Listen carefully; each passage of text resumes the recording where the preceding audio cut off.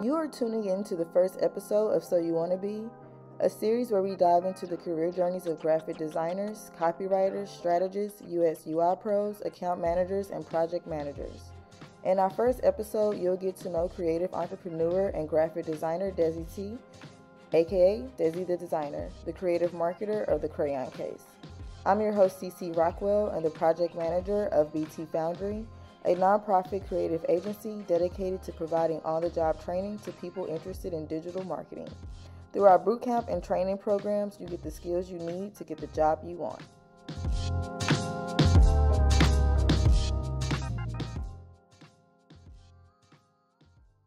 Well, I'm Desiree Renee Tompkins. I am a 30-year-old graphic designer.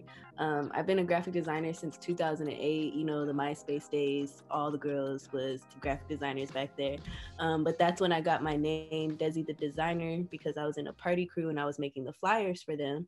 And they just came up with Desi the Designer because Desi is within designer. And it just went up from there, basically. I was just very upfront. Like every job, even before graphic design, every job I've ever had is me going up to the person in charge and saying, I want this job, let me have this job. You know what I mean? So it's really like, and if you don't have that kind of within you, then I wouldn't suggest it. Like I always tell people, if you need to go to college, like if that's something that you need to do and you know that you can do it and it's going to be worth the money, you know what I mean? Then do that. But for me, like I'm able to just go and get what it is that I want. Like, and if I can't get it, then I don't want it type deal. You know what I mean? So basically that's it. Like I just say if you're in college and for graphic design, one, think about maybe going for like public relations or digital marketing or something like that, because graphic design creativity isn't something that can be taught. And that was my issue when I went to college, because one of my first classes, I had an art appreciation class, and the actual class was cool, but the lab was a grad student. And so he was like a sculpturist or whatever. And like I would come in some days and I would work like all week on my project, and it was the worst thing that he's ever seen. And then I would do something like literally 30 minutes before class and I was Picasso. You know what I mean? So it was like that like messed me up. And if you're one of them people, I'm too creative for something like that. Like you're not gonna tell me what I just spent all that time on was whack, but something I did in 30 minutes was just the best thing you've ever seen on planet Earth. Like I didn't like that feeling. And as an artist, I just felt like it was better for me to just do my art thing. Like now I want to go back, but I want to go back for creative marketing so I could secure my position at the Crayon Case. But yeah, if you want to go to school, go to school. But if you can't do it, don't do it. Don't be me. $27,000 in debt for one freaking year. So I get it. I told him the day I told him I'm dropping out to become a writer, she was like, what? She was not happy. That's another thing too. You're like, for me, my mom, like she was very big. Like she was pushing me to do the college thing, you know what I mean? Wanting me to do good. And it's like, that's like, it's crazy because my mom was a college dropout too. So it's kind of like, you couldn't do it. So why are you asking me, for one? And for two, it was just different. And it took like, after I dropped out, it took like maybe 3-4 years. Like up until last year, we weren't as close as we are now. But now, like after I showed her, you know, the receipts of how much that I'm making, she was like, oh, okay, this makes sense. I see what you're doing.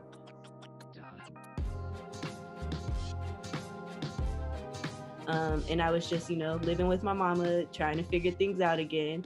And one day I forgot it, like it was something big that happened. Like I think I was like praying, or I was like really sad because my grandmother had just passed. So I was just praying, like I have to figure something out. Like I had to be able to make her happy somehow. And I had went to like Del Taco or something. I was in the drive-thru and I get this call. And this lady was like, hi, we need a graphic designer at Fashion Nova, da, da, da. And I'm like, what the hell? I was like, yeah, I could come in for an interview, but I was just so confused. I was like, how did y'all get my number? Like, I didn't apply for Fashion Nova. Like Fashion Nova was not on my radar. I did not apply to them. And she was like, oh, one of our photographers suggested your name and gave us your number. So I was just like, oh, that's cool, you know. And the interview was a paid interview. I've never done one of those before. Like, it was my first like big graphic design thing type deal, you know what I mean? Like, I thought I was making money. Well, I was making a lot of money. But then when Fashion Nova hit me up and like out of the blue, it was like, okay, that's cool. People see me, you know, they see my work, and then they're doing a paid interview. So I went up there for that paid interview for the day. And the CEO, Robert or Richard, his name, he had came in while they were interviewing me because they had me design a couple of banners, web banners or whatever. And he came in and looked at them and was like, okay, I want you, basically. Like, I was hired right then on the spot, and he told me, can I come in the next day? So it was really cool, you know what I mean? Like, and then on top of that, they were telling me that the pay was like, I think they said either $12 or $15 an hour, and it was full time. And at the time, like I said, I'm still running my own business, so I'm making way more than that on my own. So I was like, no, I could do part-time and I'll do $18 an hour. And they were like, okay. like it was just like, okay, cool. So that was really cool. And then they already had a graphic designer at the time, a head graphic designer, but like some things happened to where she left and it was just me and I was part-time. So like the CEO, he kept telling me, he was like, you know, we just want you to work. And I was like, well, if you do raise it to 21, I could do full time, because it's in LA. And I don't know if you know LA is expensive. And so I was like, if we could go up. So they were willing to go up and stuff. But one day I had came in, the first thing that happened was one day I came in and the CEO told me that I should be doing it for the art and not the money. And like, I was 26 at this time. So it's like, sir, it's for both. Like, you know what I mean? Like, I need to sustain myself. And then after that, I was told that I was going to have to basically train the incoming head designer. So I was like, you know what? I'm still making more money than they're paying me by myself. So I just left from there. Weren't you the reason why Fashion Nova hit 1 million followers? Like, you were there at No, I was there, not the 1 million followers. I was there when they hit 7 million. But okay. like, I was there when people started doing swipe ups. So I was like one of the first graphic designers to ever do like design swipe ups. And I started doing motion graphics. And that's why I have a whole motion graphics class now, because people were like, oh, who's doing that? And I was like, it's me. My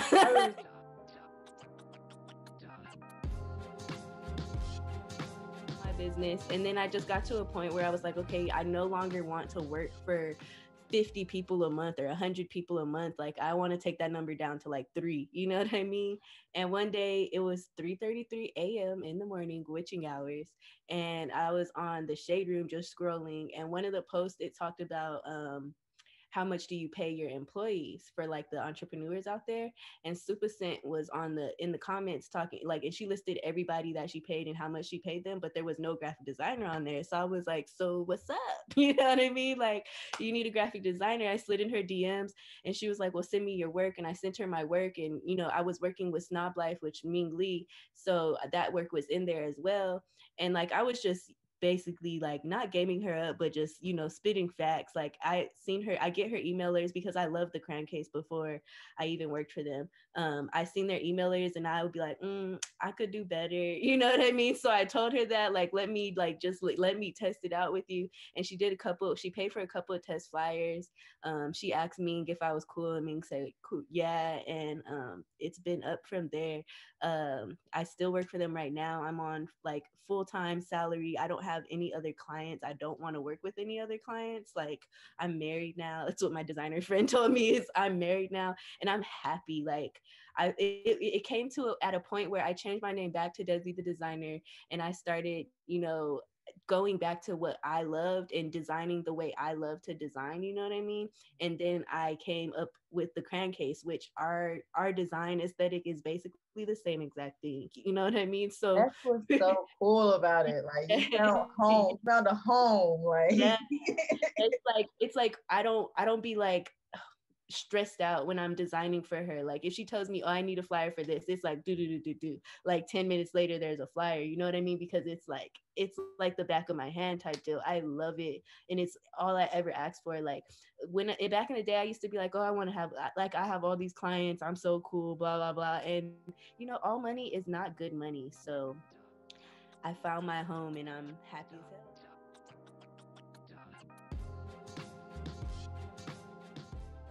See, the way that you respond to the market or to people needs have been really, really cool and innovative. So how do you implement design thinking into what you do? Because it seems like you have a natural knack for it, and many graphic designers struggle with, design thinking or, curating for that target audience. Well, like, to be blunt, I like money. I like being financially stable.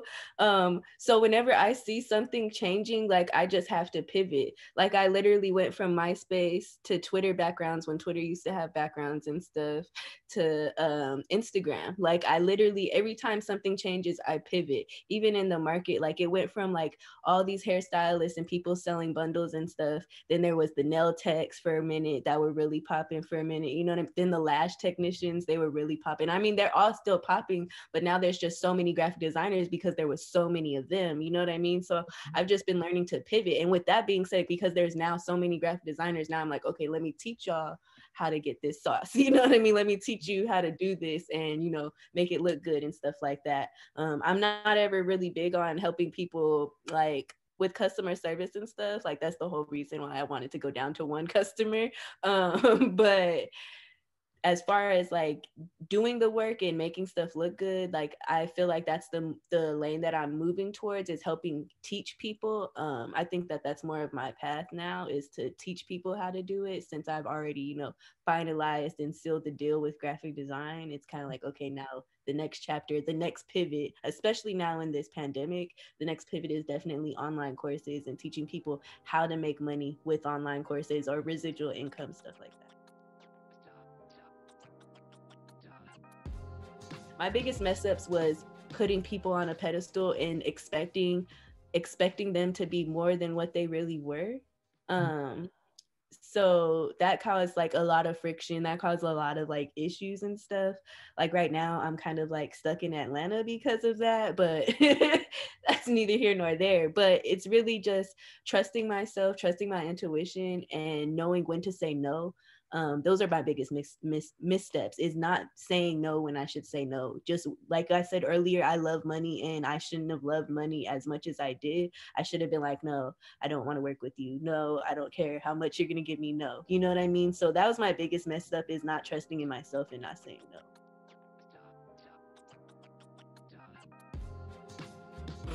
Shoot, like 2 minutes ago? No.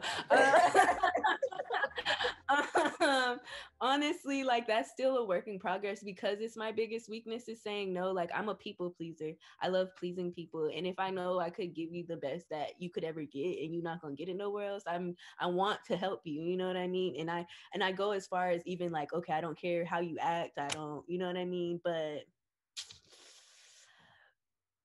like, I still to this day don't think that I'm a great designer. Like, I don't think I'm the best out there. I think that there's people way better than me. You know what I mean? Like, I feel like I still have a lot of work to do.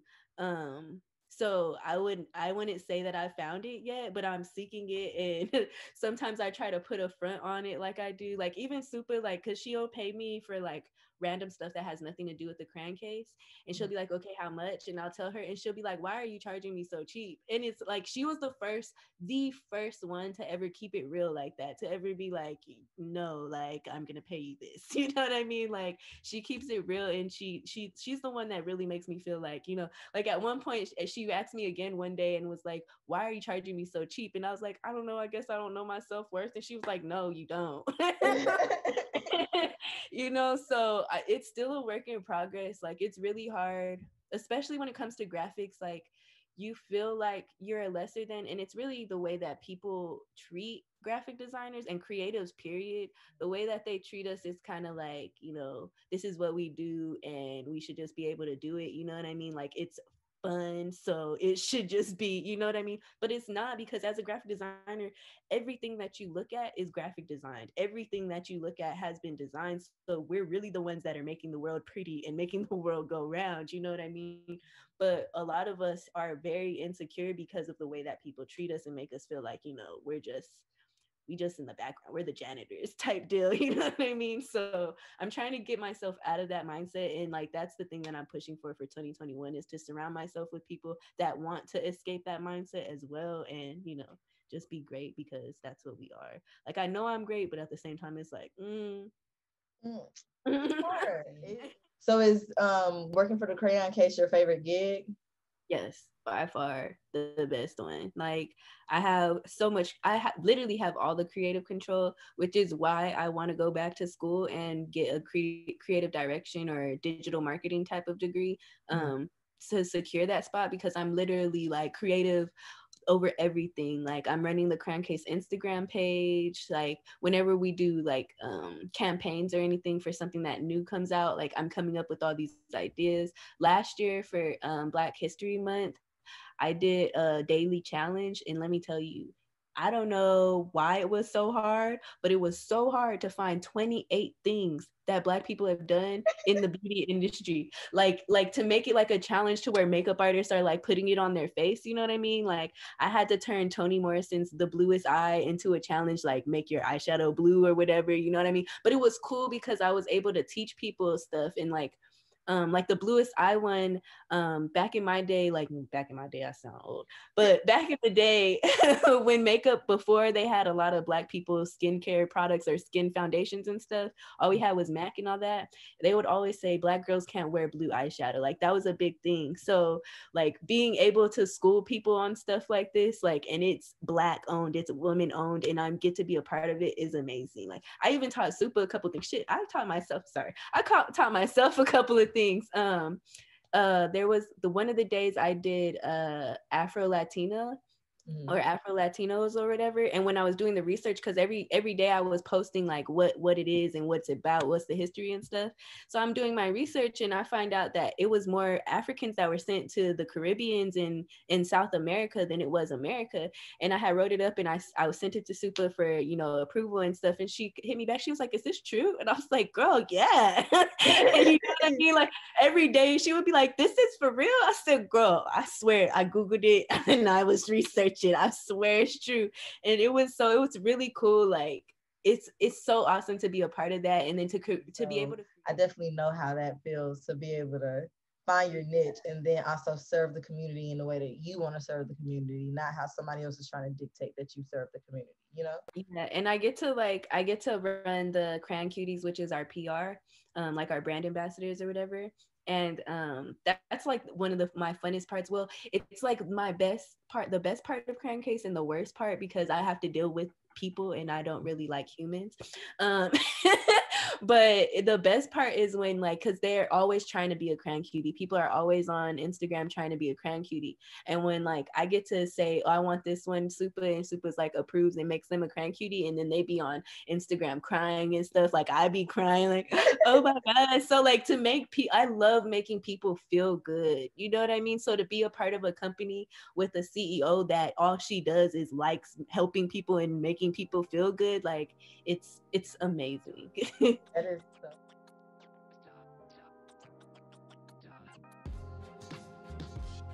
I come and I sit on this couch and I open my computer. Like, this is my living room right here. Like, my TV is right there.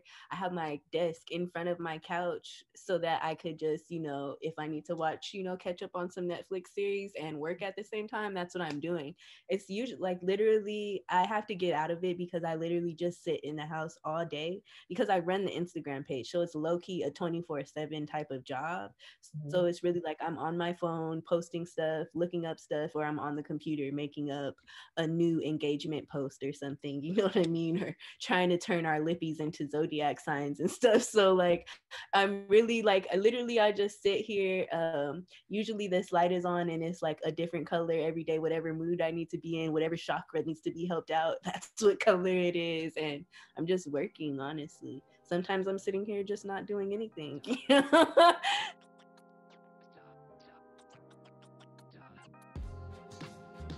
as a graphic designer, as a creative, my biggest thing that I would tell people is to make sure that you always remember that you were born by yourself.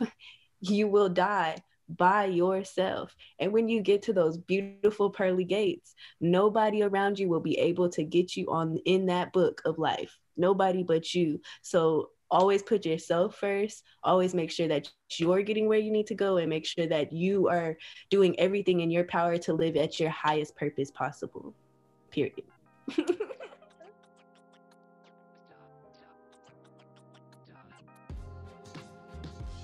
Desi the designer on everything except for Twitter. I think Twitter is still the Rose Quartz because I can't change it.